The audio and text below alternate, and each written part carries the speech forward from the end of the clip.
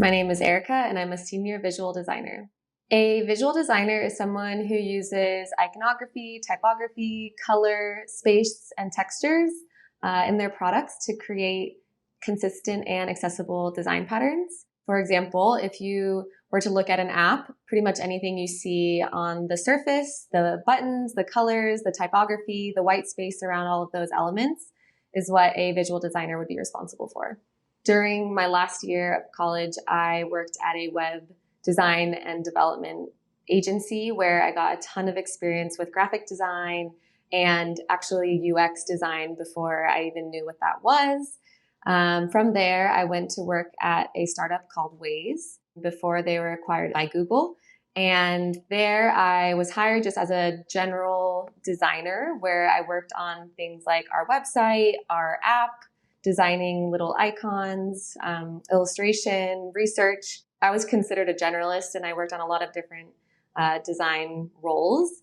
From there, we were acquired by Google. And so my role became a little bit more formalized. And I was technically a UI designer, but I still was a generalist and I worked a lot on marketing design, the app UX, and as well as a lot of web design for things like dashboards and analytics. I kind of branched out to the visual design path at Google, and that's what I've been ever since for the last few years. As a generalist designer, you work on a bunch of different things, from interaction design and visual design to user research. This would typically happen at maybe a startup or an agency where you work on a variety of different projects. And your responsibility depends on whatever hat you need to wear that day. Some of the benefits of being a generalist designer are that you can learn a ton, and oftentimes this will be in like a fast-paced environment. So you don't really have time to stop and really go deep into any of these roles. Rather, you just learn by doing, and it's a really quick and effective way of seeing what all the possibilities are within UX. At bigger companies, there are specialist designers. For instance, at Google, there are interaction designers, visual designers, UX engineers, UX writers, and UX researchers. For these roles, the expectations are a little bit more clear for you.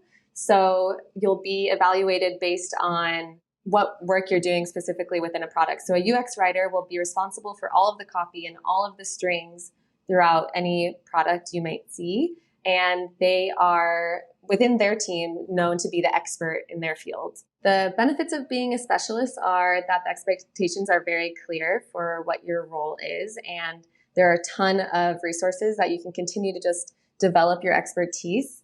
And what I like about being a specialist is that I know that anyone on my team trusts and knows my work and can come to me with any of their visual design problems. Having been both a generalist and a specialist, I've really, really enjoyed both. And especially earlier on in my career, being a generalist, it was a really good way for me to ramp up on all things UX. I got to work on such a variety of projects, and it really, really helped me hone my craft. Once I had been in the UX space for a while, I realized that I really was kind of more drawn to visual design challenges, and that's what kind of led me along the visual design path. And so now being a specialist, it feels good to know that you're kind of an expert in your field. And so I can definitely see the benefits in both being a generalist and a specialist, and maybe more so being a generalist when you're first starting out.